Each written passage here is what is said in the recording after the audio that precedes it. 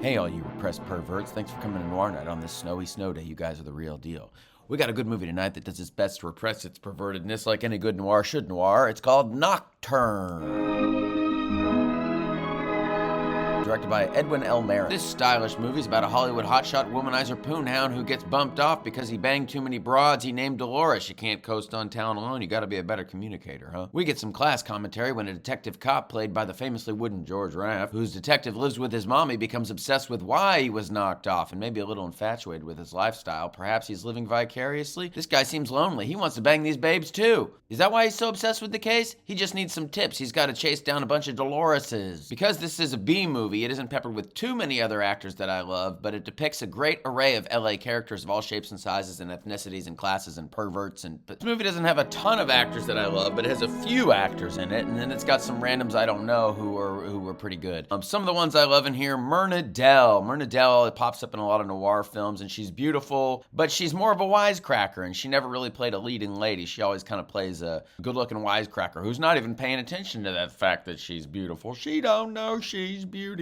Anyway, Myrna Dell, yeah, she plays the hot wisecracking maid, and every time she shows up, she fires off a zinger. I like that. One of her lines in the movie is, he was a lady killer, but don't get any ideas, I'm not a lady. It also has Joseph Pevney. I bet his friends called him Joe Pevney. He's a charismatic actor, and he went on to be a director. He only appeared in like 5 noir films, but he's a scene stealer in all of them. And he would go on to be an energetic, poppy director of many noir films and some other things too. And he directed a bunch of episodes of Star Trek. Lynn Barry, she's fine. She's fine. She was a big-time pinup during World War II, and she was also in Amazing Mr. X, which we showed. And, she's having a good time. Lynn Barry does her best to get a chemical reaction out of her leading man, who's more of a noble gas than helium, neon, argon, krypton, xenon, and radon. Am I right, chemists? Thanks. That's right, I'm talking about George Raft. The famously and notoriously wooden George Raft. George Raft. George Raft.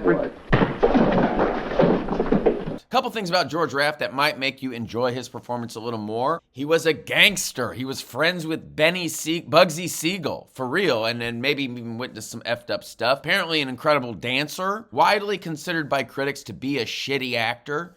He's very stiff, and he just rattles everything off like that.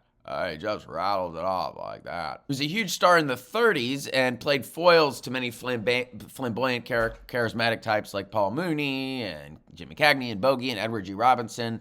So there was a time and a place for his woodenness. When he was in Scarface, and when you put it opposite, some big, hey, you, yeah, you, woodenness seemed kind of sinister. So critics and historians consider his bad taste in projects the reason why Bogart ascended to stardom. George Raft turned down the Maltese Falcon and High Sierra and a bunch of things that made Bogart a huge star. He talks plain, he doesn't have much to say, he's boring. Despite this movie being a good time, it appears like he could give a shit less, but I just don't think he's capable. I don't know why not. This movie's got a lot of fun characters in it. It descends, it's a good LA movie. It's got some real LA locations, and it's got some studio lot locations. The movie oozes with real LA sleaze as best that they're able to portray in the era. It's a real LA culture time capsule, and I think it's an unsung representation of the noir detective formula where the detective springs down a rabbit hole of class, underworld, overworld, and uncovers secrets. And maybe even the lead character, you could impose on them that they've got an obsession that is somehow connected to the case. There's a lot of snappy dialogue with fun perverted innuendo, courtesy of writer Jonathan Latimer, which sizzles coming out of most actors and dribbles out of George Raft's faucet. It blows out his vent like a broken AC on a month of 4th of July's. Jonathan Latimer wrote some really good noir films and some pulp novels and he wrote an episode of Columbo. It's produced by Joan Harrison, who went on to make some great flicks with Alfred Hitchcock, so maybe that's another reason why she had a big hand in this movie being good. Because Edwin L. Merritt, I think he just sort of did what he was told. That's really all I got to say about this movie. I didn't have a lot of time. I just traveled back in town, and so I'm glad that you guys are here. I'm glad I'm here. It's cold outside. So let's enjoy Nocturne. It's a pervert's feast, but, But if it were mine, I would eat less smorgasbord and more salad. Why, you mouse? Enough! No one's getting hurt because there's nothing really that. It just, you just get the sense, they're really trying to... All right, have a good night.